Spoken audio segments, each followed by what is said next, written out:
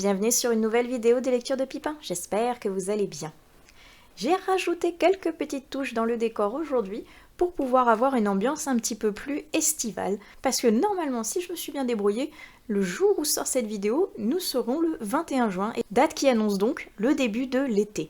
Donc il y a 2-3 trucs par-ci par-là qui vont évoquer un petit peu l'été en rapport avec cette vidéo, point de vue lecture, point de vue ambiance et point de vue appel un peu au voyage, à la liberté. Pour les autres saisons, j'avais commencé à instaurer une espèce de, peut-être pas pile de lecture, mais au moins des livres qui m'inspirent la saison en question. Et comme j'aime bien faire ça, vous savez, ma passion pour créer des pales, mais là j'en ai créé une pour cet été avec les livres qui m'inspirent cette saison et qui me donnent envie d'être lus pour l'été plutôt que par exemple pour l'automne où je vais avoir d'autres envies littéraires en rapport avec la saison, en rapport avec le temps qui fait dehors, en rapport avec la rentrée, bref.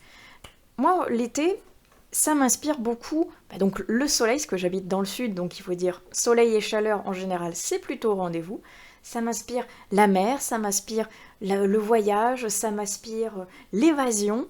Je me suis dit pourquoi pas vous présenter toutes ces envies de lecture, toutes ces envies d'évasion, par le biais de titres de livres que j'ai déjà lus, que j'aimerais lire ou que je vous conseille. Et la section des commentaires sera là bien évidemment pour qu'on puisse échanger, que vous puissiez me dire vous ce que ça vous inspire et si vous avez d'autres idées qui sont en rapport avec l'été pour que je puisse agrémenter une fois de plus ma palle. Commençons tout de suite. Alors comme je vous disais, moi l'été, ça rime beaucoup avec tout ce qui est assez aquatique, parce que comme je suis dans le sud, il fait très chaud, et en général, quoi de mieux que de se rafraîchir dans la rivière, ou dans la mer, ou là où il y a de l'eau, là où il y a quelque chose qui va venir nous tempérer, quelque chose qui va venir nous rafraîchir, nous faire apprécier un peu plus la chaleur ambiante qu'il y a à l'extérieur, et moi en général, quand il y a une couverture avec de l'eau dessus, forcément ça va m'évoquer l'été et ça va me donner un petit peu plus envie de le lire à cette période de l'année plutôt qu'à une autre. C'est le cas avec ce livre-ci qui s'appelle Fièvre. C'est de Megan Abbott, c'est un thriller publié aux éditions Le Livre de Poche. Et comme le prouve cette magnifique pastille incrustée dans la couverture car imprimée dessus donc on ne peut pas l'enlever, qui ose faire ça, franchement? C'est une hérésie de faire ça. Faites des étiquettes qui se décollent parce que là franchement, ça gâche toute la couverture, c'est moche et ça sert strictement à rien de savoir que 2 livres offerts pour 2 livres de poche achetés. Oui, c'est bien, mais ça sert à rien que je ne m'en rappelais 4 ans après, quoi, finalement. Donc, très déçue parce qu'il y a cette pastille moche en plein milieu. Bref, là n'est pas le sujet, mais cette magnifique couverture, comme je vous disais, où il y a des personnes qui sont en train de se baigner dans cette eau un peu verte, un peu mystérieuse quand même, on sent que par là, si on a peur des fonds marins, je pense que c'est pas le bon plan d'aller par ici, on sait jamais ce qui se cache réellement sous l'eau, mais moi en tout cas il me donne envie de le lire, et en plus je vois que ça a l'air de se passer en été derrière, il y a des personnes qui tombent gravement malades et qui en décèdent, et apparemment ce serait lié à une baignade dans un lac interdit. Donc je pense que ça pourrait être vraiment pas mal de le lire dans cette période-ci de l'année, je pense que ce serait parfait en lecture pour cette période-ci. Ce que j'aime bien lire également, c'est ce qu'on appelle des romans plage, entre guillemets. Pour moi, un roman plage, ça correspond, on va dire, à un roman un peu feel-good, un roman pas prise de tête qu'on peut lire justement sur la plage, sans avoir à l'esprit occupé par une lecture assez complexe qui demande beaucoup d'attention. Vraiment quelque chose d'assez léger. Et pour moi, quelque chose d'assez léger, j'ai envie de dire, et de très coloré de par sa couverture, et je pense aux enquêtes de Anna Swensen, parce que toutes les couvertures qui ont été proposées jusqu'à présent sont super colorées, super punchy. Elles invitent certes à la gourmandise, parce que à chaque meurtre, il y a un gâteau associé, ici la charlotte aux fraises, et je trouve que justement, cette association gourmandise, lecture un petit peu légère puisque c'est un cosier mystery, donc c'est pas une enquête très poussée, très glauque ni rien, plus le côté donc très Pepsi de la couverture, ça invite moi je trouve à aller lire au niveau de la plage en mode chill, tranquille comme ça. Et donc pour moi je pense que celui-ci ça pourrait être une super lecture très rafraîchissante, très gourmande également, et qui fait passer un bon moment de lecture, pourquoi pas sur la plage, sur un transat, sur une chaise longue en sirotant un cocktail ou que sais-je. En tout cas, moi je trouve qu'il a l'air super sympa pour la période. Vous me connaissez si vous me suivez cette chaîne depuis un petit bout de temps maintenant, je suis une grande fan des thrillers, Et quand il fait bien chaud, quoi de mieux que de frissonner face à un thriller assez évocateur de peur et de frissons.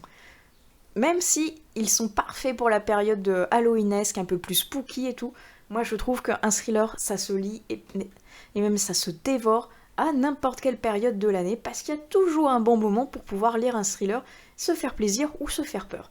Donc, quel que soit le titre, je pense que ça va nous rafraîchir d'avoir un petit air glaçant comme ça. Pourquoi pas un thriller nordique, justement, pour avoir ce côté très rafraîchissant des pays scandinaves. Pourquoi pas quelque chose d'assez glauque, comme j'ai par exemple ici La petite ritournelle de l'horreur de Cécile Cabanach, qui a une couverture absolument magnifique, dans les tons un peu gris bleutés comme ça, très sombres, très spooky justement, ambiance un petit peu forêt hantée, maison abandonnée. Moi je trouve que ça marche parfaitement, une forêt un peu spooky comme ça, un peu nuit d'été hantée, je trouve que c'est parfait. Et alors là, c'est pareil, en général, les couvertures de thriller, il peut y en avoir un peu comme Fièvre, qui sont en rapport assez un petit peu avec l'eau, un petit peu avec quelque chose qui pourrait se passer l'été. Donc je pense qu'on peut trouver notre bonheur, quel que soit l'auteur ou l'autrice, dans les thrillers. Il y aura toujours de quoi se faire plaisir, peu importe la saison. Je prends les livres un petit peu comme ils me viennent par rapport à ma pile que j'ai mis sur le côté et qui manque à chaque fois que j'en prends un de tomber. Et là, je vois que j'ai pris quelque chose qui, pareil, m'évoque l'été, parce que ça m'évoque le voyage, parce que ça m'évoque à la fois...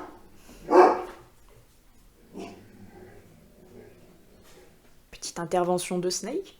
Si quelqu'un veut adopter ce chien qui me pourrit mes vidéos, que je suis obligée à chaque fois de faire des coupures au montage, je vous le vends. Prenez-le, s'il vous plaît. Tout du moins pendant que je fais mes vidéos, merci. Bref, je disais que le livre que j'ai là entre les mains m'évoque vraiment l'été parce qu'il fait à la fois le voyage, à la fois le côté un petit peu mer, océan qui est très rafraîchissant, le côté un petit peu découverte, chasse au trésor, pirate, parce que j'aime beaucoup lire les livres de pirates, et je trouve que c'est parfait pareil pour la période de l'été. Et là, il regroupe un petit peu tout ça, parce qu'il s'agit de L'île au trésor, de Robert Louis Stevenson. Alors moi j'ai la version très très belle d'ailleurs, édition, où il y a le Dr Jekyll et Mr Hyde en même temps. Mais moi c'est vraiment la partie L'île au trésor qui va m'intéresser pour cette vidéo-ci, parce que Jekyll and Hyde, c'est plus pour période Halloween je dirais. Tandis que L'île au trésor, moi vraiment ça m'évoque, oui, naviguer sur les mers céruléennes, la chasse au trésor dans le sable chaud, les pirates, l'aventure, bref. Moi, c'est vraiment quelque chose qui m'inspire cette période-ci de l'année, et quoi de mieux, mine de rien, que de se perdre ou se reperdre si on l'a déjà lu dans un bon petit classique. Robert Louis Stevenson, en général, ça se lit plutôt bien. Donc, je me dis, pourquoi pas, moi qui voulais retomber un peu dans les classiques, ça fait longtemps que je dis ça et que j'ai jamais l'occasion d'y retomber parce que, il y a d'autres lectures qui viennent entre-temps. L'île au trésor, peut-être que ça va être celui qui va me faire retomber dans les classiques cette année.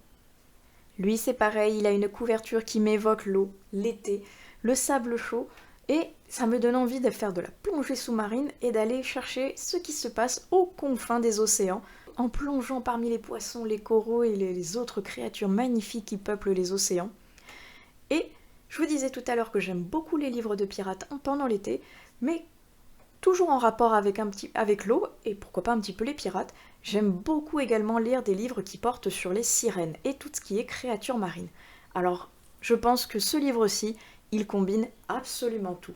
Il s'appelle Skin of the Sea, c'est de Natasha Bowen, publié chez Penguin Edition. Vous l'avez peut-être déjà vu passer dans ma vidéo précédente, parce que c'est un livre qui fait partie du challenge de Mr. Cave, le Ice Cream Summer Challenge, parce que, déjà, la couverture, elle est très shiny, parce que là c'est en relief et en lettres dorées. Elle est très rafraîchissante, je trouve, avec ce bleu comme ça, ces petites vagues qui viennent nous éclabousser. Cette jeune femme absolument magnifique qui interpelle. On se demande si le Skin of the Sea c'est pour elle ou si c'est pour quelque chose d'autre dans le livre. Et je sais qu'on va parler de sirènes. Donc franchement, ça va vraiment tout regrouper. J'ai très hâte, franchement, de lire celui-ci. Je l'ai acheté en début d'année et je me suis dit il serait idéal pour cet été.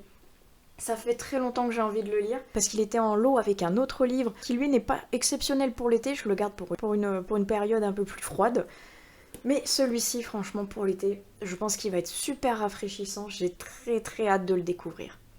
Et en parlant de sirène, il y a un deuxième livre que j'aimerais beaucoup découvrir, parce que j'ai lu le premier tome l'an dernier, je l'ai trouvé très beau, très mignon, très rafraîchissant. Donc je pense que le tome 2 sera tout aussi chouette et parfait pour l'été. J'aimerais beaucoup lire Blue Moon de Laia Lopez. C'est la suite de Strawberry Moon que j'avais lu l'année précédente. Et là c'est pareil, on va parler de sirènes. Le tout va être rehaussé de magnifiques illustrations de Laia Lopez, donc très frais, très rafraîchissant, avec cette magnifique couverture dans les tons bleus. Parfaite pour l'été, j'ai très très hâte de le lire celui-ci parce que j'avais vraiment beaucoup aimé le premier tome. Ah oui, celui-ci. Il est parfait pour l'été aussi parce qu'on parlait de haut, on parlait de mer, on parlait d'océan, mais il y a des choses en dessous de l'océan aussi, et pas que des sirènes. Alors, pourquoi pas lire un petit requin? Oui, les dents de la mer. Franchement, c'est pas un classique parfait pour l'été, ça. Alors désolé si vous avez la phobie ou des fonds marins ou des requins, mais franchement, moi je trouve que celui-ci, il est vraiment idéal pour cette saison. Que ce soit les films, les livres ou les énièmes adaptations qu'il y a avec des requins qui sortent chaque année à cette période de l'année, moi je trouve ça super chouette à chaque fois de les regarder. Il y en a très peu qui sont bons, il est vrai, parce que c'est plutôt, il est vrai, en général, un nanar qui est sorti plus pour les effets spéciaux, les filles en bikini, plutôt que l'histoire très recherchée qu'il y a derrière. Mais moi, je trouve ça chouette parce que c'est vraiment, on va dire, divertissant. Et comme ça se passe dans de l'eau, une mer, un océan, un aquarium, peu importe, moi je trouve que dès que je regarde ou lis quelque chose avec de l'eau, ça me rafraîchit instantanément. Donc, pourquoi pas le lire les pieds dans l'eau, en espérant ne pas se les faire croquer si un requin passe par ici. Ah, et celui que je viens de piocher, il est peut-être un peu en rapport avec le précédent, tout simplement parce qu'il s'appelle Peur en eau profonde, et qu'il va traiter de plongée sous-marine. Alors je ne sais pas pour le moment s'il y a ou pas des requins à l'intérieur, mais un beau fond bleu comme ça, avec des poissons, avec les abysses probablement derrière, ça pourrait tout à fait cacher un squale quelque part par là, qui serait... pourquoi pas affamé, curieux, ou en tout cas dans la vibe terrifiante pour nous faire frissonner sous l'eau l'été. Celui-ci, je l'avais mis dans ma palle l'an dernier, j'avais pas eu le temps de le lire. J'espère que cette fois-ci ce sera la bonne parce que ça m'embêterait de le repousser encore une fois parce que franchement, le thème, la couverture, tout me donne envie de le lire en été. Donc j'espère que cette fois-ci c'est la bonne parce que j'ai vraiment envie de le découvrir et de voir ce que ça donne. Un petit dernier en rapport avec l'océan, mais cette fois-ci on ne va pas aller dessous, mais sur l'océan, avec des pirates. Parce que comme je vous disais, j'aime beaucoup naviguer sur les mers pendant cette période de l'année, et pourquoi pas faire quelque chose d'un petit peu léger au niveau pirate avec la carte des confins de Marie Repelin. Alors, c'est vrai que j'ai été un petit peu dubitative, point de vue que je l'ai lu, celui-ci, c'est le premier tome d'une duologie, et je crois bien que le préquel vient juste de sortir, donc franchement parfait pour le timing si jamais ça vous dit de le lire cet été.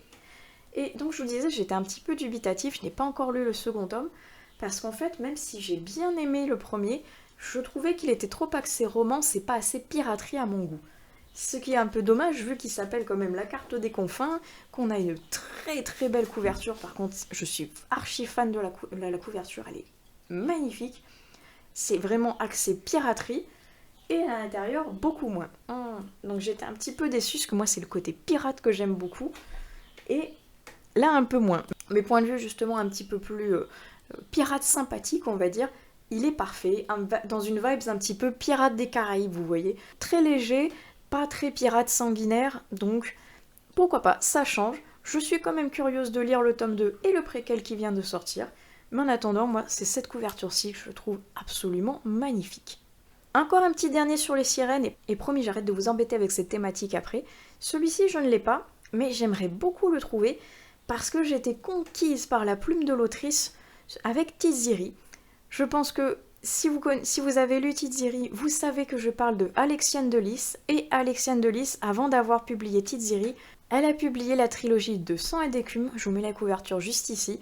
Ça c'est le premier tome, parce que donc, je n'ai pas encore commencé cette saga, mais comme ça parle de sirène, j'ai beaucoup envie d'aller me perdre dans cette trilogie.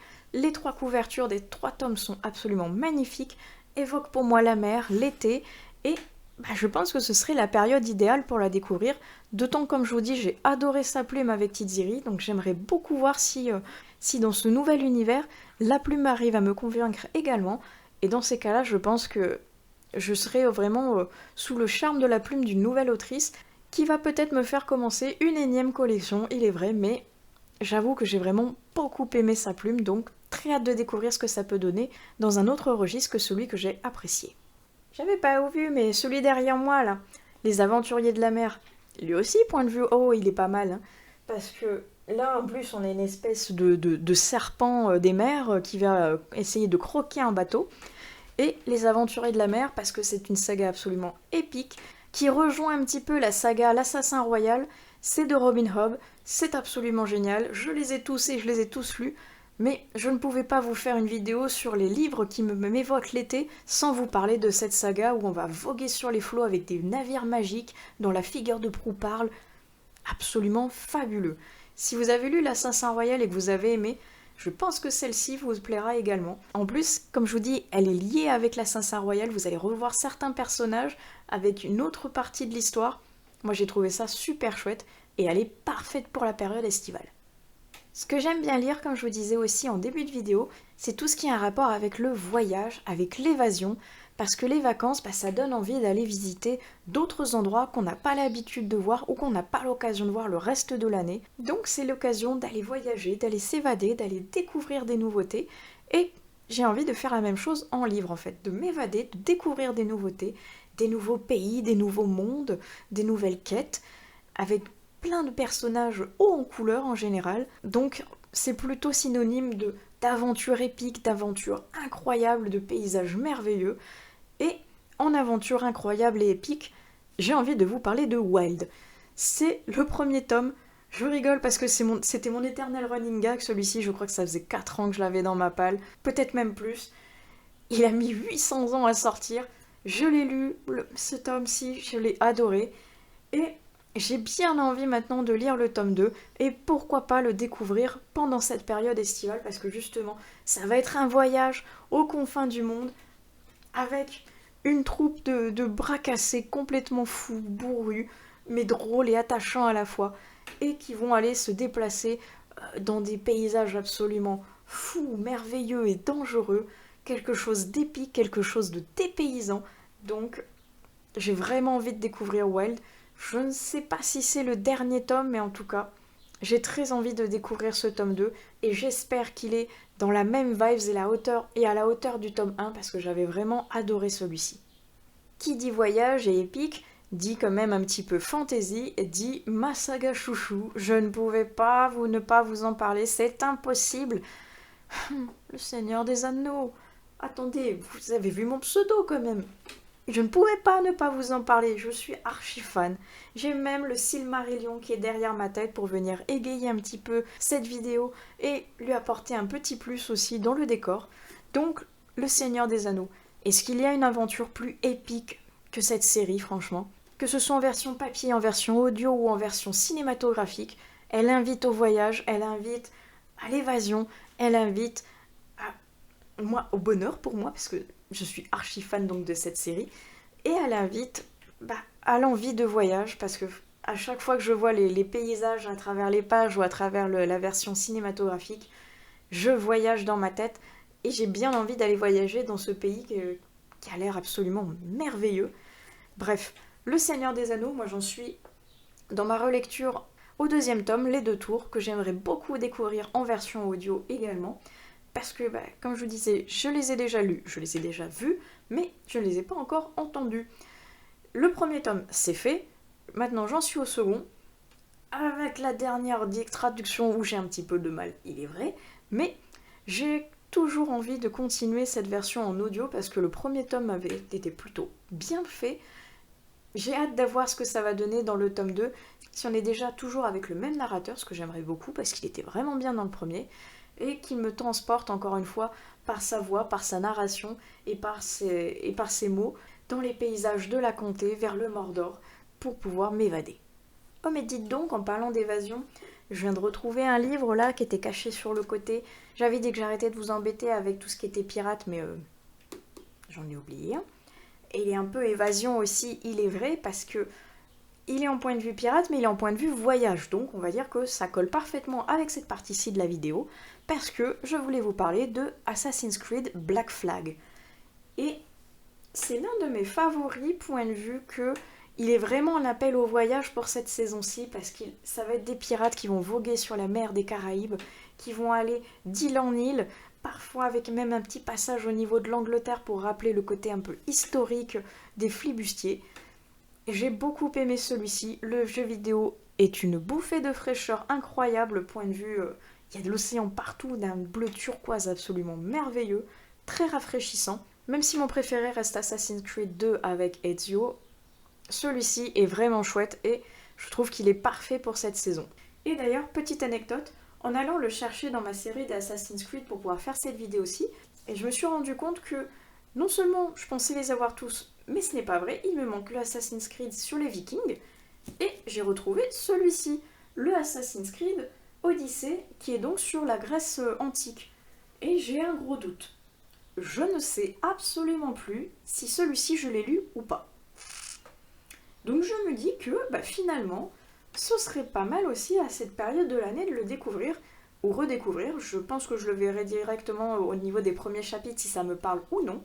Parce qu'on va voyager en Grèce, on va voyager au cœur de la mythologie grecque, au cœur de la mer Égée.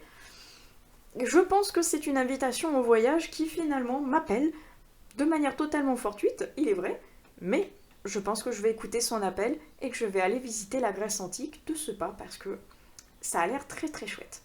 Dans une invitation au voyage tout autre, on va rester sous le soleil de l'Italie cette fois-ci, parce qu'en général, l'été, il y a Serena Giuliano qui matche parfaitement avec ses lectures ensoleillées qui nous font découvrir l'Italie et ses îles, la gastronomie, la joie de vivre de l'Italie, en général que ce soit d'un point de vue historique, d'un point de vue gastronomique, d'un point de vue géographique, d'un point de vue good vibes. J'aime beaucoup lire de Serena Giuliano, et là son dernier tome, Un coup de soleil, entre la couverture qui est très jaune, très punchy, très couleur vive, parfaite pour l'été, et je sais que ces pages vont renfermer le soleil de l'Italie, un moment un peu roman de plage doudou, cocooning feel good comme ça. Je pense que ça va être une lecture parfaite pour cet été.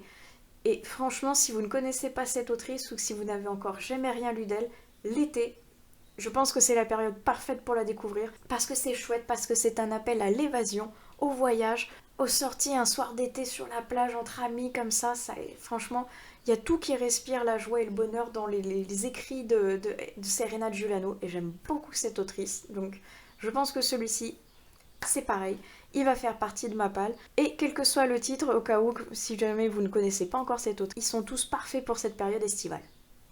Il y a celui-ci également que j'aimerais beaucoup découvrir, Là où les arbres rencontrent les étoiles, parce que ça fait très longtemps que je l'ai dans ma palle, et parce qu'il se passe en été.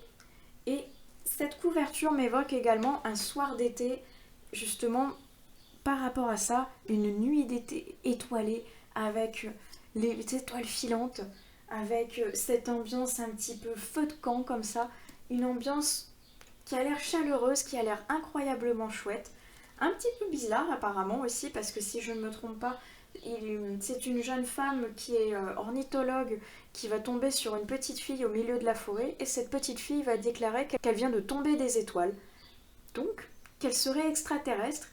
Est-ce qu'elle dit vrai? Est-ce que c'est faux? Est-ce que c'est une jeune fille perdue qu'elle est recherchée? On ne sait pas encore, en tout cas moi je ne sais pas encore, et je suis très curieuse de le découvrir parce que...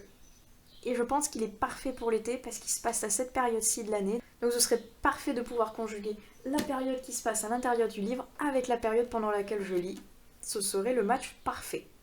Et celui qui est derrière ma tête juste ici, la couverture est un peu pliée, j'espère qu'on le voit bien. Il s'agit de Stephen King avec Billy Summers. Alors outre le jeu de mots avec Summers pour été, il est vrai que Stephen King, j'aime bien le lire aussi à cette période de l'année parce qu'il est très doué pour mettre une espèce d'ambiance un peu moite comme ça, un peu fiévreuse d'un soir d'été orageux. Et justement, Billy Summers me donne envie de le lire par sa jolie couverture qui pourrait faire un peu automnal, il est vrai, avec ses forêts un petit peu dans les tons rouges. Mais avec cette voiture qui est en train de rouler, ça m'appelle aussi un petit peu le voyage, la découverte des grands espaces américains et la découverte d'un Stephen King que je ne connais pas encore. Donc j'ai bien envie de me lancer dans une nouvelle découverte de cet auteur pour pouvoir toujours continuer les lectures monstrueuses que j'ai en retard de lui parce qu'il en écrit tellement que j'ai pas le temps de suivre en fait. Donc celui-ci, j'aimerais beaucoup le découvrir cette année. Je regarde ma liste et je vois que ça s'amenuise peu à peu, il me reste très peu de titres à vous présenter. L'une des vibes que je vous disais qui va un petit peu avec le thriller, c'est que j'aime bien, à cette période de l'année, que ce soit en version livre ou en version film, j'aime bien lire et regarder des campus killers, j'appelle ça. Ce que je veux dire par campus killer, c'est le côté un petit peu université américaine, avec un groupe de jeunes qui sont en général à l'université et qui ont la mauvaise idée d'aller camper dans les mauvais bois, d'aller visiter la mauvaise maison hantée, ou de se retrouver au milieu d'un endroit où il y a forcément un serial killer et où tout va mal tourner. J'aime bien cette ambiance un peu souviens-toi l'été dernier, un petit peu côté massacre à la tronçonneuse, vous voyez un petit peu cette ambiance-là, où c'est un groupe de jeunes là, qui vont se faire poursuivre par la malchance ou par un tueur en série.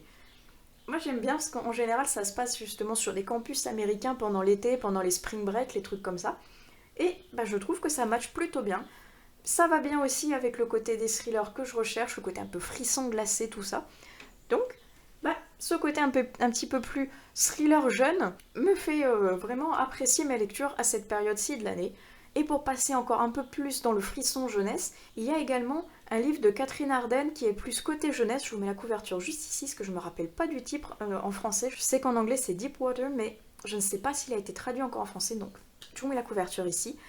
Qui a une vibes un petit peu plus été, spooky, pour les plus jeunes. Donc si vous cherchez quoi lire en version jeunesse, celui-ci a l'air pas mal non plus. Je n'ai pas encore lu toute sa version jeunesse avec Terreur à Smokolo et compagnie, mais celui-ci, pour l'été, il a l'air super chouette.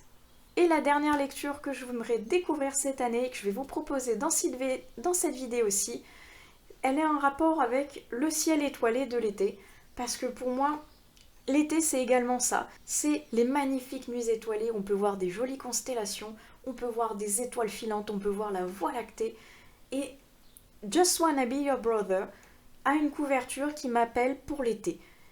Ce ciel étoilé, ces deux jeunes qui sont assis sur la voiture comme ça, me donne envie de le lire cet été. Je ne sais pas pourquoi, peut-être que je ne me trompe complètement, mais moi ça m'inspire l'été. Donc, j'ai bien envie de découvrir non seulement ce livre, mais également cette plume, parce que je n'ai encore pas lu Ashes Falling from the Sky. Donc, ça va être la découverte de tout ça, je pense, cette année, du moins, je l'espère. Voilà, je pense que j'ai fait le tour, en tout cas, de ce que j'avais en tête, des lectures qui m'inspirent l'été. Un petit peu un côté summer vibes, un petit peu chill, un petit peu frissonnant, un petit peu gourmand avec les crèmes glacées, avec le soleil sur le sable chaud. Bref, tout ça, ça m'inspire l'été. Il y en a probablement d'autres que j'ai complètement soit oubliés, soit auxquels je n'ai pas pensé, soit même que je ne connais pas. Donc n'hésitez pas à utiliser la section des commentaires pour me dire, vous, quels sont les livres qui vous inspirent l'été, qui vous inspirent la fraîcheur ou qui vous donnent envie d'être lus pendant cette saison. Je serais curieuse de les connaître, d'en savoir plus pour pouvoir agrémenter ma palle. Et dites-moi si parmi ceux que je vous ai présentés, il y en a que vous connaissez, que vous avez lus, qui vous ont plu ou non, que je puisse savoir vers lesquels m'orienter également. En attendant, je vais clore cette vidéo ici, j'espère qu'elle vous aura plu, qu'elle vous aura donné des petites idées, autant en lecture qu'en idées d'évasion. Et je vais donc vous souhaiter d'excellentes lectures, un bel été à vous, et je vous dis à plus tard sur une autre vidéo des lectures de Pipin. Allez, ciao!